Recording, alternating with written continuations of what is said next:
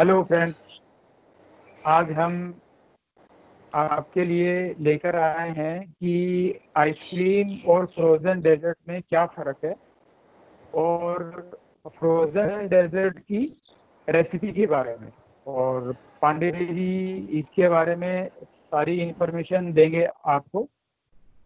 पांडे जी, स्वागत है आपका हमारे चैनल में।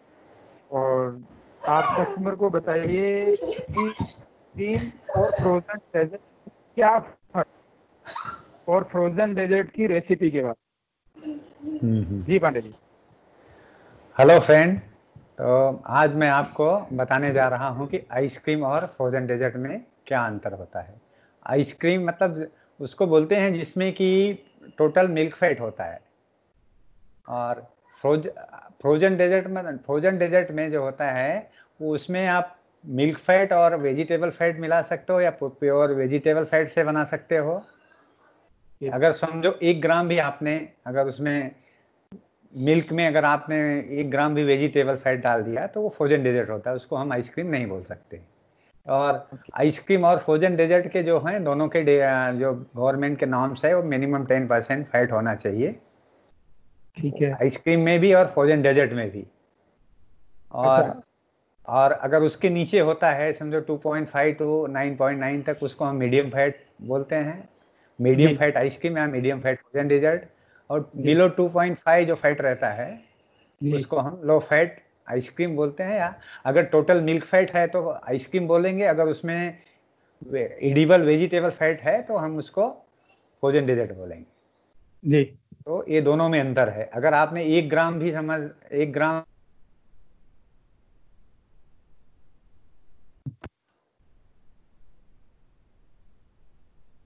अगर आपने एक 1 ग्राम भी अगर वेजिटेबल फैट डाल दिया तो उसको हम फ्रोजन डेजर्ट बोलेंगे। तो आज मैं आपको फ्रोजन डेजर्ट की रेसिपी का नॉलेज देने जा रहा हूँ। जी। तो उसमें पहले क्या करते हैं हम, फ्रोजन डेजर्ट के लिए हम अगर 100 किलो मुझे बनाना है, 100 जी किलो का जो मिक्स बनाना है, तो जी। उसके लिए हमको पहले मिल्क लेना पड़ता है। मिल्क का अवेलेबिलिटी जैसी रहती है, कहीं पे जी काउ मिल्क अवेलेबल है तो कहीं पे बफेलो मिल्क अवेलेबल है। तो जी। हम ये रेसिपी पहले हम इस अपना बफेलो मिल्क से दे रहे हैं। अगर हमारा जो दूध का फैट है वो जी। 6% फैट है और 9% एसएनएफ है, ठीक तो है जी। वो हिसाब से हम आपको रेसिपी और उसका प्रोसीजर देने जा रहे हैं कि कैसे हम बनाएं। तो जी उसके लिए सर, पहले हम government Pandey ji, 70 government litre में गवर्नमेंट नॉर्म्स के अकॉर्डिंगली गवर्नमेंट नॉर्म्स में क्या क्या गवर्नमेंट मतलब। गवर्नमेंट नॉर्म्स में जो आइसक्रीम या फ्रोजन डेजर्ट जो भी है उसका जो मिनिमम फैट रहता है वो 10% होना चाहिए। प्रोटीन ठीक है। उसमें 3.5% होना चाहिए और ठीक है। टोटल सॉलिड 36% होना चाहिए। ये ओके। 3 गवर्नमेंट नॉर्म्स हैं, तो ठीक है। हमको नॉर्म से ही बनाना है। तो ओके। उसके हिसाब से हम पहले मिल्क ले लेते हैं, बफेलो मिल्क ले लेते हैं, 70 ठीक है। लीटर मिल्क ले लेते हैं। ठीक है जी। तो वो मिल्क को हम करीब 30 टू 35 डिग्री तक गर्म करते हैं, डिग्री ठीक। सेंटीग्रेड। ठीक है जी। तो वो जब 35 डिग्री सेंटीग्रेड तक वो गर्म हो जाए ना, तो उसमें जो करीब हम 4 किलो इसकी मिल्क पाउडर लेते हैं। ठीक उसको है इसकी मिल्क एसएमपी बोलते हैं शॉर्ट फॉर्म में। जी। और तो वो स्कीम मिल्क पाउडर में भी बहुत वैरायटी होती है, तो जो मिनिमम उसका जो प्रोटीन परसेंट है ना 35 टू 36 होना चाहिए। ओके। जो जो रेसिपी हम बना रहे हैं उसमें जो जी। प्रोटीन कंटेंट होना चाहिए वो 35 या 36 होना चाहिए। ठीक है जी। तो वो तो 4 किलो एसएमपी हम डाल देते हैं, उसको मिक्स कर देते हैं जब भी ठीक वो है टेम्परेचर 30 टू 35 डिग्री सेंटीग्रेड आता है। जी। तो इसके बाद में हम उसको 50 डिग्री तक लेके जाते हैं, 50 डिग्री सेंटीग्रेड।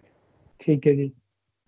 तो 50 डिग्री सेंटीग्रेड पे फिर हम उसको 15 किलो शुगर और आधा अप्रोक्सीमेटली 400 ग्राम तक स्टेबलाइजर लेके, जो आइसक्रीम जो स्टेबलाइजर रहता है जी। वो स्टेबलाइजर इमल्सिफायर वो मिक्स जी। ब्लेंड कर लेते हैं और ठीक वो है जी। 50 से 55 डिग्री सेंटीग्रेड पे डाल देते हैं। ठीक है जी। और स्टेबलाइजर का भी बहुत बड़ा फंक्शन है। वो अच्छा जी स्टेबलाइजर रहेगा तो आपको स्टेबिलिटी अच्छी आएगी, आइस फॉर्मेशन नहीं होगा, और ओवररन आपको अच्छा मिलेगा, क्रीमीनेस जी आएगा, माउथ फील अच्छा आता है। तो ये जी, सब सारे स्टेबलाइजर के फंक्शंस हैं। तो बहुत बढ़िया। उसको, और स्टेबलाइजर का जो डिजॉल्वनेस है ना, वो 50 to 55 डिग्री पे ही अच्छा डिजॉल्व होता है, बिलो ठीक 50 है और सर। डिजॉल्व नहीं होता है। तो ठीक है फिर जी। वो मिक्स करके 50-55 डिग्री सेंटीग्रेड तक हम डाल देते हैं। ठीक उसके है बाद सर। फिर हम लिक्विड ग्लूकोज डाल देते हैं। ठीक है जी। शुगर जो है वो 15 किलो है, 15 kilo, and liquid glucose 4 kilo, 4 kilo, ठीक चार है। किलो लिक्विड ग्लूकोज हम डाल देते हैं। ठीक है जी। और पूरा मिक्सचर को हम जो है ना, पूरे मिक्सचर को हम करीब 75 डिग्री तक गर्म करते हैं। ठीक है जी। क्योंकि 75 जो बैक्टीरिया रहते हैं ना, वो सब 70 तक जा रहे हैं, उसमें जो बैक्टीरिया रहते हैं वो सब जी। मर जाते हैं। तो ठीक है इसलिए जी। हमको 75 तक लेके जाना है। और ठीक उसके है। बाद 10 मिनट हमको होल्डिंग करना है, 15 मिनट। अगर हम 70 डिग्री तक लेके जाते हैं तो हमको हाफ एन आवर होल्ड करना पड़ता है। ठीक है। अगर हम 75 लेके जाते हैं तो 15 मिनट होल्ड करना पड़ता है। ठीक है जी। तो टोटल मिक्सचर को हम 75 तक गर्म करके फिर उसको हम जी। होमोजेनाइजर से पास करते हैं। ठीक है सर। होमोजेनाइजर से 2000 psi मिनिमम होना चाहिए, 2000 से 2500 तक। ठीक है, तो जिसका सर ये जैसे, होमोनाइजर जो है पांडे जी जो होमोनाइजर हाँ है ये 2 स्टेज एंड अपना 3 स्टेज आता है कुछ, हाँ, उसमें तो कोई फर्क नहीं है? नहीं नहीं, उसमें 2 स्टेज है उसमें। नहीं नहीं, उसको, नहीं नहीं, 2 स्टेज के आते ही है होमोजेनाइजर। ठीक है। तो जो अब फर्स्ट फर्स्ट स्टेज में आपको 500 देना है, सेकेंड जी में 1500 या जी। 2000, जैसा जिसके पास जिस टाइप का इक्विपमेंट अवेलेबल हो। ठीक है जी। हाँ, तो उसके बाद में उसको होमोजेनाइज करते हैं। होमोजेनाइज जी करने के बाद वो प्लेट सीलर से जाता है, पीएचई से जाता है, ठंडा जी। होता है वहाँ पे। ठंडा जी होके फिर एजिंग वेट में जाता है। जी। तो एजिंग वेट में मिनिमम 4 घंटे उसको एजिंग करना पड़ता है। वो बहुत कंपलसरी है। अगर मिनिमम चार आप घंटे एजिंग, हाँ, अगर आप एजिंग नहीं करेंगे तो आपको जो जी डिजायर्ड क्वालिटी है वो नहीं आती है। तो उसमें वो इमल्सन, स्टेबलाइजर का इमल्सन अच्छे तरह से हो जाता है, मिक्सिंग अच्छे हो जाता है, विपिंग जी क्वालिटी बढ़ जाती है। जी इसलिए ओवररन वगैरह लोगों को नहीं मिलता है ना, तो इसका मेन कारण है कि वो उसको एजिंग नहीं करते। और ये जी। इम्पोर्टेंट है, वीविंग उसमें विपिंग क्वालिटी अच्छी मिल जाती है और सब चीज स्टेबलाइज हो जाता है। तो ठीक है बहुत जी। सारे लोगों का कंप्लेन रहता है ओवर नहीं मिला, तो इसका ये वो भी एक कारण होता है। ठीक है जी। तो इसके बाद में फिर उसको 4 घंटे के बाद में फिर हम फ्लेवरिंग टैंक में निकालते हैं। जी तो फ्लेवरिंग टैंक में फिर हम जो डिजायर्ड हमारा क्वालिटी बनाना है, जो वैरायटी जैसे वनीला, स्ट्रॉबेरी, वो हिसाब से उसका कलर फ्लेवर डालते हैं।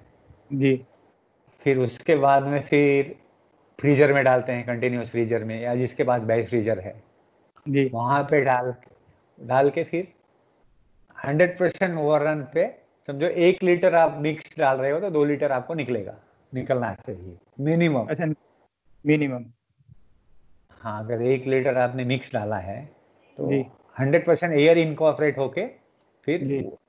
तो इसलिए उसको आइसक्रीम, मतलब जिसमें एयर इनकॉर्पोरेशन हो उसी को हम आइसक्रीम बोल सकते हैं। ठीक है। लिक्विड को हम आइसक्रीम नहीं बोल सकते।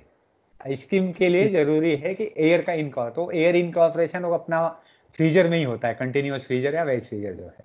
जी फिर वो जो आइसक्रीम निकलता है उसका भी, मतलब अच्छे, मतलब इसके बाद में फिर उसको हम फ्रीजिंग करते हैं, ठीक कोल्ड है जी। स्टोरेज में पहले हार्डनिंग करते हैं, बाद में उसको पहले -30, -25 पे, 30 पे हार्डनिंग जरूरी है। तो जी। हार्डनिंग के बाद हम कोल्ड रूम में डालते हैं। तो फिर वो ठीक है। डिजायर्ड उसका टेक्सचर और सब आइस फॉर्मेशन नहीं होता है। यदि ठीक सीधा है। हम अगर किसी फ्रीजर में हम डालेंगे तो फ्रीजर तो मेंटेन करने के लिए है ना, वो तो उसको हार्ड नहीं करेगा। तो इसलिए जी उसमें आइस क्रिस्टल बहुत बन जाते हैं। इसलिए जी। सबसे पहले तो हार्डनिंग बहुत जरूरी है। ठीक है। ठीक है। तो, तो इस प्रकार पांडे से जी, मैं एक बात पूछना चाह रहा था कि कई कस्टमर ये कहते जी हमने जो स्टेप पाउडर डाला, स्टेप हाँ पाउडर डालने के बाद दूध के अंदर ना गांठ बन जाती है, वो गोली सी बन जाती है, तो वो नहीं तो जब रीजन क्या रहता है, वो क्यों बनता है गांठ?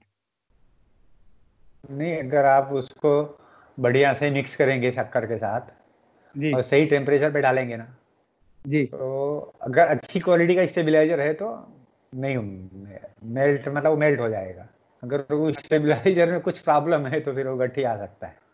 नहीं, ऐसे कहते हैं ना भाई, जैसे आपने शुगर के साथ ही मिला के डाल दिया, तो उसको मिलाने हाँ, का प्रोसेस क्या रहता है? वो थोड़ा थोड़ा डालना चाहिए या एकदम ही डाल देना चाहिए नहीं उसमें नहीं दूध नहीं, में? वो नहीं नहीं, समझो आपका समझो 1 किलो स्टेबलाइजर है ना, तो उसको करीब 10 किलो मिनिमम शक्कर में डालना चाहिए, 10 टाइम्स। अच्छा, 10 10 टाइम्स टाइम्स। शक्कर में पूरा अच्छी तरह से ब्लेंड करके फिर डालना चाहिए, तो फिर गट्ठा नहीं होता है। तो नहीं वो तो मतलब उसको थोड़ा थोड़ा डालना चाहिए। हाँ, थोड़ा थोड़ा, स्लोली स्लोली, स्लोली स्लोली। एक ही साथ नहीं डाल देना चाहिए। एक तो साथ उसका में नहीं डाल। डिस्पर्सन बढ़िया होता है। अगर आप स्लोली ठीक। स्लोली डालेंगे अच्छी जी शक्कर में मिक्स करके, 10 टाइम जी। शुगर चाहिए कम से कम, 10 टाइम शुगर चाहिए मिनिमम। मिनिमम। ठीक है ठीक है। तो उसका डिस्पर्सन बढ़िया होता है। सही है सही है, चलो। तो ठीक है पांडे जी, हाँ, आपका बहुत तो बहुत धन्यवाद हाँ सर, हाँ, ये फ्रोजन डेजर्ट की उम्मीद आप करते हैं कि रेसिपी देने के लिए। जी ओके, मैं भी उम्मीद रखता हूँ कि लोगों को ये बहुत लाभदायक होगा, बहुत लोगों को जी काम आएगा। जी जी जी जी बाकी अगर कुछ कुछ प्रॉब्लम होगा तो हम जी वो जी कमेंट कर वो सकते हैं, कमेंट बिल्कुल या कुछ बिल्कुल सर। क्वेश्चन पूछना है तो पूछ सकते जी हैं। हाँ, बिल्कुल सर, बिल्कुल सर, बिल्कुल। चलो ओके, ठीक है पांडे जी, धन्यवाद। हाँ, नमस्कार। हाँ जी थैंक यू वेरी नमस्कार। मच, नमस्कार।